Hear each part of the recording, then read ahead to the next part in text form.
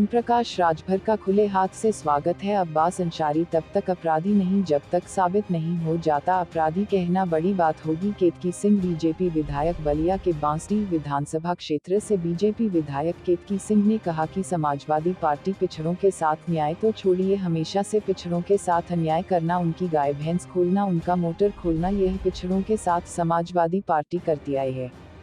ये बात ओम प्रकाश जी को कहीं ना कहीं समझ में आई और ओम प्रकाश जी दल में आए हैं। हम लोग उनका खुले हाथ से उनका स्वागत करते हैं। वही अब्बास अंसारी के बारे में पूछने पर विधायक का देखिए, यह हमेशा से ही बांटने की राजनीति विपक्ष ने की है और मुझे तो बहुत आश्चर्य होता है कि 2014 से लगातार भारत की जनता ये साफ जनादेश दे रही है कि भारत की जनता एनडीए के साथ है, भारतीय जनता पार्टी के साथ है, एकता के साथ है। सिर्फ इंडिया नाम देने से इंडिया नहीं हो जाता है।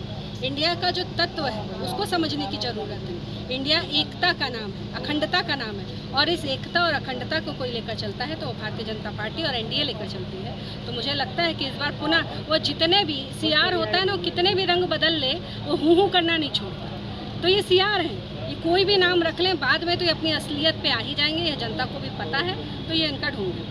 ओम प्रकाश राजभर ने एनडीए का आज हिस्सा बन गया है, उनके लिए कोई बधाई आपकी तरफ से ओम प्रकाश राजभर को? बिल्कुल, मैं तो ओम प्रकाश राजभर जी को बधाई देना चाहूँगी कि उन्होंने यह सही निर्णय लिया।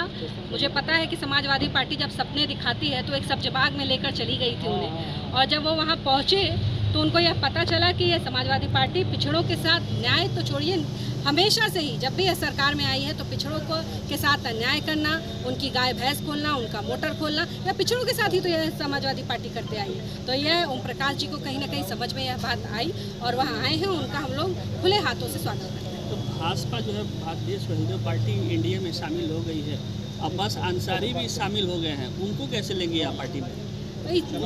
हमारे दल में जो आता है उसकी मानसिकता हम लोग ठीक कर लेते हैं अपने हिसाब से, हमारे हिसाब से ठीक। ये मानते हैं ना कि आपकी पार्टी में भी अपराधी शामिल हुए हैं? नहीं, हमारी पार्टी में अभी अपराधी तो शामिल हो ही नहीं सकते क्योंकि हमारे दल तो अब्बास अंसारी क्या है? अब ये देखिए, ऊपर का निर्णय है और जरूर अभी जब तक साबित नहीं हो जाता है तब तक तो किसी को अपराधी कह देना बड़ी बात हो जाएगी। तो क्या आप अब्बास अंसारी को कोई अपराधी नहीं मानती है?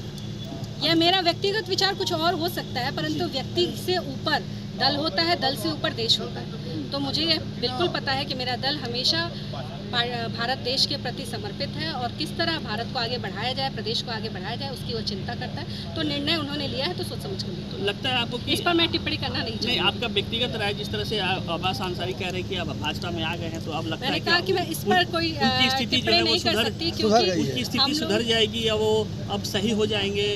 नहीं, देखिए, हम लोग पार्टी के कार्यकर्ता हैं और पार्टी के हर निर्णय पर हम उनके साथ हैं, पार्टी के साथ हैं और मुझे पता है कि पार्टी के कभी गलत निर्णय नहीं ले सकती है। तो जो ऊपर केंद्र का निर्णय होगा।